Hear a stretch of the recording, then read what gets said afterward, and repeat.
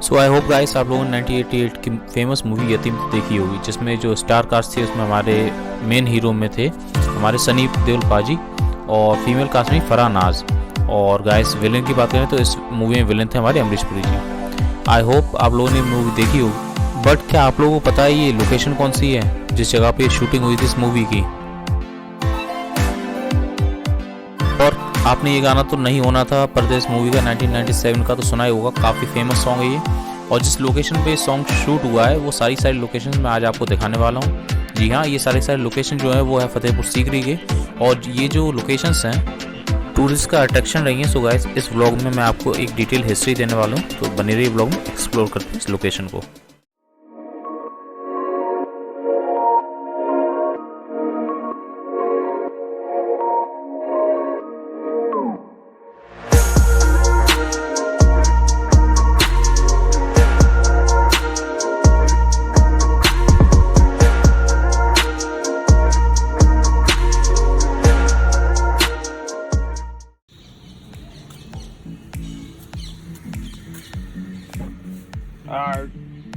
को पायलट बैठे हुए हैं। चले चलो, जय श्री राम।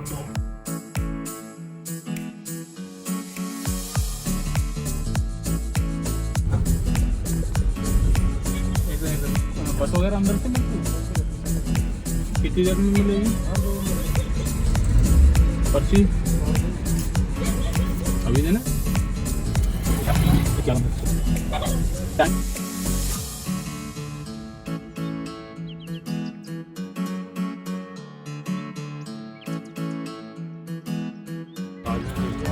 जी। तो गाइस हम लोग आ गए हैं फतेहपुर सीकरी के अंदर और ये भैया हमारे साथ गाइड टूर में रहेंगे। भैया अपना नाम बताइए। मेरा नाम शरीफ है। अभी हम यहाँ से CNG की बस पकड़ेंगे और CNG बस से हम किले पर जाएंगे। अच्छा, तो अपना लगभग ये फतेहपुर सीकरी का टाइमिंग क्या रहता है? सनराइज से लेके सनसेट तक टाइमिंग है। और जो पुराना रूल्स है ये सनराइज से आधा घंटा पहले टिकट विंडो खुल जाते हैं और सनसेट से आधा घंटा पहले आपके वो एंट्री बंद कर देते हैं। अब तो फिलहाल टिकट कर लिया आप लोगों ने? टिकट अभी नहीं पता हमने। टिकट ऑनलाइन होता है, टिकट कर लीजिए आप। अच्छा, तो गाइस टिकट जो है वो ऑनलाइन होगा, तो आप लोग पहले टिकट ऑनलाइन कर लीजिए। किस तरीके से करना है? मोबाइल से करना है? मोबाइल से करना है। एक साइट आपको मतलब सर्च करनी है ASI PayU Money, गूगल पे सर्च कीजिए। तो पहले बस लेके वहाँ चलने या फिर पहले टिकट कर लीजिए। वहाँ फ्रिक्वेंसी इतनी अच्छी नहीं होती नेटवर्क।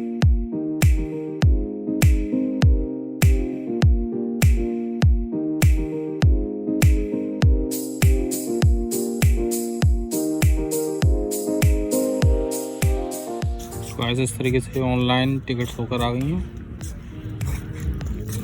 यात्री लोग तैयार हैं।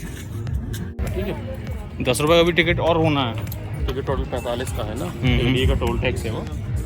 3 लोग हैं।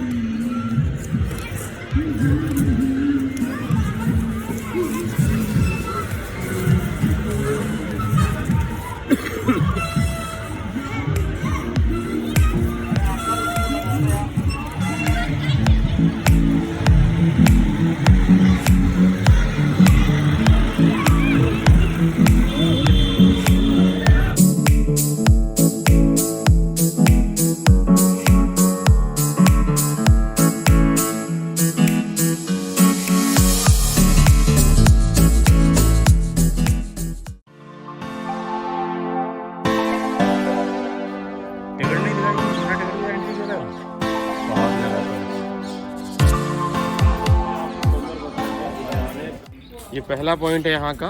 इसको दीवाने आम कहा जाता है, जनता दरबार। बादशाह अकबर का थ्रोन वहाँ मिडिल में लगता था और दोनों तरफ उसके जो 9 मंत्री थे वो वहाँ बैठते थे। अच्छा, और ये पूरा कॉरिडोर ऐसे पब्लिक के बैठने के लिए था। पर्शियन कारपेट यहाँ ग्राउंड में बिछे होते थे। ऊपर जो स्टोन की रिंग आपको दिख रही है वो शामियाने बांधने के लिए था। नाइट में वहाँ पर टॉर्च मशाल लगती थी रोशनी के लिए। तो टिकट आपने डाउनलोड किए होंगे वो निकाल लीजिएगा। टिकट आगे स्कैन कराने होंगे वहाँ पर। नीचे बताया था ना आपको, PDF फाइल में होंगे। भी है सामने सिटी का नाम है फतेहपुर सीकरी। ये वर्ल्ड हेरिटेज हुआ था यूनेस्को से 1986 में।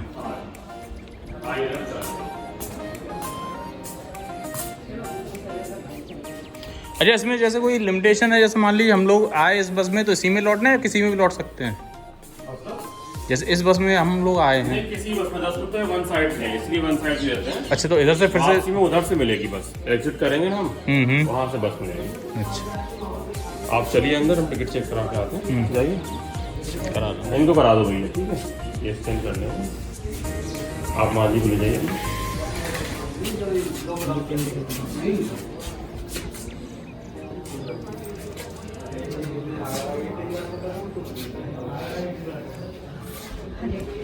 चलिए हाँ जी, कोई नहीं,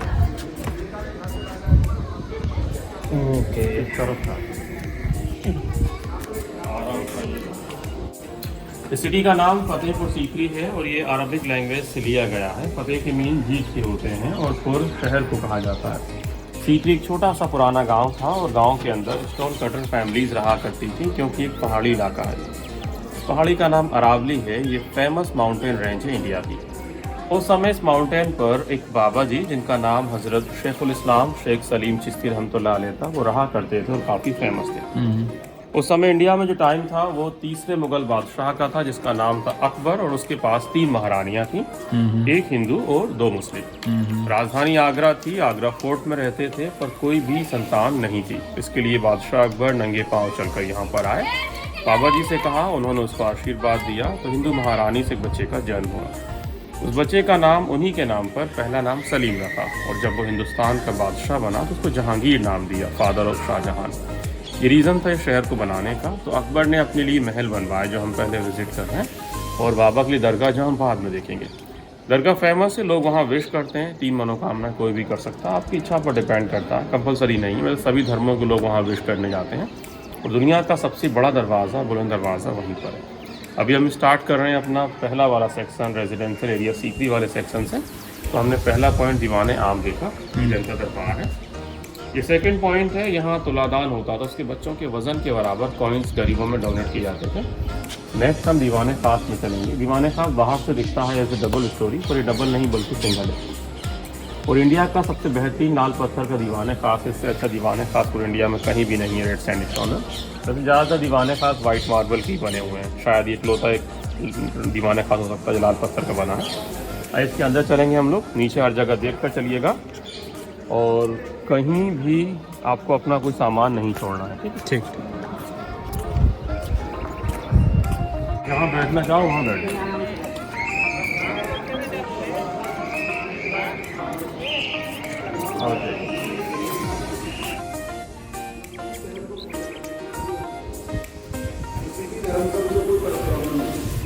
तो ये जो पिलर है ना, इसके ऊपर सभी धर्मों के सिंबल है। हिंदू है, मुस्लिम है, क्रिश्चियन है। लोगे आपका लोगे? हाँ। The hall of private audience, आज के हिसाब से इसको हम अपर हाउस ऑफ पार्लियामेंट की तरह समझ सकते हैं। यहाँ बादशाह और उसके जो 9 मंत्री थे, जिनको नवरत्न कहा जाता था, उनके साथ बादशाह का डिस्कशन होता था। तो उनकी मीटिंग जो थी वो नीचे नहीं बल्कि ऊपर हुआ करती थी, और ऊपर जाने के दोनों तरफ 2 रास्ते हैं। बादशाह वहाँ से जाते थे और मंत्री इस तरफ से। अभी भी हर महल में ऊपर जाने के रास्ते हैं। सारे रास्ते तकरीबन 20-25 साल पहले बंद किए गए हैं, क्योंकि वर्ल्ड हेरिटेज यूनेस्को से 1986 में हुआ था। अकबर का थ्रोन मिडिल में लगता था, और ये लोटस की शेप, इसको लोटस थ्रोन कहा जाता था। चारों तरफ उसके मंत्री बैठते थे। रूल्स, रेगुलेशन, पॉलिसीज यहाँ से बनती थी। अकबर ने 1582 में एक नया धर्म चलाया था, और वो असल में धर्म नहीं था, एक डिवाइन फेथ था। इसको दीन इलाही नाम दिया था, और वो अनसक्सेसफुल रहा। उसके सिर्फ 19 मेंबर हुए थे। उसको सबसे पहले यहाँ डिस्कस किया गया था। इस सेंट्रल पिलर को अरबिक में एक नाम दिया था सुतून अदल, जिसके मीनिंग होते हैं पिलर ऑफ जस्टिस के। सभी मजहब के डिज़ाइन हैं, सभी धर्मों के डिज़ाइन। इस स्टाइल को अकबर ने खासकर फतेहपुर सीकरी से स्टार्ट किया, और इसको नाम दिया अकबरी स्टाइल। इस स्टाइल को आज हम टिपिकल इंडो इस्लामिक आर्किटेक्चर से नाम से जानते हैं। ऊपर जालिया इस्लामिक डिज़ाइन को रिप्रेजेंट करता है। ये लोटस की शेप स्टाइल ऑफ हिंदुइज्म है। उसके ठीक नीचे अप एंड डाउन लाइन है, जिगजैग। ताजमहल आपने विजिट किया, लाइनें वहाँ नोटिस की होंगी। नीचे तक बाकी धर्मों के डिज़ाइन बने। अब आप ये खजाना महल है, मुगल टाइम का जो कॉइन्स बनते थे उनको वहाँ रखा जाता था। 3 सिंपल रूम है, कोई कार्विंग या पेंटिंग नहीं है। वुडन बॉक्स में कॉइन्स भरकर रखते थे। एक में गोल्ड कॉइन की रास्ता है, महाराजा और उसके फैमिली मेंबर्स यहाँ से दीवाने आम में जाते थे। अच्छा। इसके बाहर जो गार्डन हमने देखा वो यूरोपियन स्टाइल थी, बाद में डेवलप किया गया। ये मुगल स्टाइल है। अच्छा। इसको चारबाग कहा जाता है।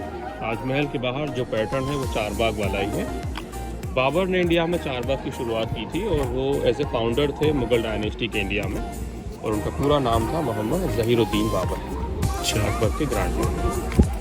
आइए एक बड़ा बोर्ड गेम दिखाते हैं आपको। यहाँ नीचे फर्श पर बना है, 25 नाम है इसका। ये सिमिलर टू लूडो की तरह है, एज ए बिग लूडो है ये। एक तरह का हुमन लूडो, हुमन चेस समझ लीजिए। ये मिडिल पॉइंट है, यहाँ बादशाह और बेगम बैठते थे। और आप नीचे फर्श पर नज़र करेंगे तो ये पहली लाइन है, वो दूसरी, उधर तीसरी और ये चौथी। एक लाइन में 24 ब्लॉक है। टोटल ये 96 है। इनमें गर्ल्स एंड बॉयज़ रंगीन कपड़े पहने हुए खड़े होते थे प्यादों की तरह। बादशाह की तरफ आधे, जैसे 12 और 12 उसकी बेगम की तरफ। बादशाह बेगम मिडिल में बैठते थे और वहाँ से वो पाशा फेंकते थे। नंबर उनके बीच आया 2, 4, 6, 8, वो उसको डांस करके चल कर दिखाते थे। देखिए हर जगह 3 क्रॉस है, 3, 6, 9, 12। सेफ लोग के यहाँ वो आउट नहीं होते थे। ये मतलब जो मॉडर्न लूडो उसी की तरह कुछ था। उसी की तरह है। 25 नाम है इसका। नॉर्थ इंडिया में इसको चौसर या चौपड़ कहा जाता है। अच्छा। डिफरेंट स्टेट में जो जैसे महाभारत वगैरह में जो 64 के लिए आती, उसी तरह का है। तो हार और जीत बादशाह बेगम की होती थी, वो वहाँ मिडिल में बैठते थे। अच्छा। इसको कुछ स्टेट में डिफरेंट नाम से जानते हैं, जैसे कर्नाटक में इसको पगड़े बोलते हैं, तमिलनाडु में आटा पुल्ली बोलते हैं, महाराष्ट्र में 7-5-25 बोलते हैं। डिफरेंट नाम है इसका हर स्टेट में। तो ज़्यादातर नॉर्थ इंडिया में इसको चौसर या चौपड़ बोलते हैं। फेमस उससे ये एक 5 मंजिला महल हमारे सामने, जिसको पंचमहल कहा जाता है क्योंकि ये 5 मंजिला है। पर इसका असल नाम पंचमहल नहीं बल्कि बादगीर है। बादगीर एक पर्शियन नाम है जिसके मीनिंग होते हैं हवा महल के। अच्छा। तो ये मुगलों का पहला हवा महल है, एक तरह से इंडिया का पहला हवा महल भी है। और ये फुल्ली ओपन है चारों साइड से। एक खास बात है इसकी कि नीचे से ऊपर तक किसी भी साइड में इसमें कहीं भी कोई दीवार नहीं है। पूरा महल टोटली पिलर्स के ऊपर है, जो 176 है। 84 ग्राउंड फ्लोर में, देन 56, 20, 12, लास्ट में 4। टॉप फ्लोर पर महाराजा और महारानी जाते थे। फुल मून और न्यू मून वहाँ से देखते थे, शहर का नज़ारा करते थे। और इसकी खास बात है पूरा पिलर्स के ऊपर है, कहीं कोई दीवार नहीं है। ये सामने वाला प्रिंसेस का स्कूल। ग्वालियर फोर्ट में अपना कहते हैं लाइट वगैरह शो होता है, यहाँ पे कोई लाइट वगैरह शो होता है? आगरा फोर्ट में होता है सिर्फ। हाँ, वो भी उसका टाइमिंग शाम का है। और कोविड की वजह से कुछ चीज़ें बंद थी, शायद शुरू कर दिया, मुझे कंफर्म नहीं है। वहाँ अभी नहीं, मेरे ख्याल से हुआ है अभी। हाँ, मतलब कंफर्म नहीं है। हाँ, वहाँ यूपी टूरिज्म ही उसके टिकट वगैरह देते हैं वो लोग, और वहाँ जाएंगे तो पता पड़ जाएगा आपको। ताजमहल का नाइट व्यू चलता था, वो कोविड की वजह से बंद था, उसको शुरू कर दिया, वो भी चल रहा है। अभी कुछ दिन पहले ही मैंने खबर पड़ी थी। अच्छा। तो ताजमहल फुल मूनलाइट जब होती है ना, तो उसमें वो जो रात के लिए ओपन कर दिया के लिए, उसका टिकट भी थोड़ा महंगा होता है। और वो सबके लिए रात में हो शिफ्टों में, मतलब कुछ थोड़े से लोगों को एक शिफ्ट में दिखाते हैं। इस तरह से 4-5 शिफ्ट होती है उसकी। और वो नाइट में 4-5 जो रात। ये क्या चीज़ है, क्या है इसका? है और सिस्टम यहाँ अपनाया गया था आपका रेन वाटर हार्वेस्टिंग वाला। बारिश के पानी को बचा कर रखते थे, ये उनमें से एक है। इसका लुक इतना शानदार है कि ये आइलैंड की तरह दिखता है। बीच वाला जो सेंटर पॉइंट है उसको बादशाह के एक मंत्री को बिठाया जाता था। और इसको अनूप तालाब हिंदी नेम है, द ब्यूटीफुल, इसको 4 चमन भी कहा जाता है क्योंकि 4 भागों में बटा हुआ है।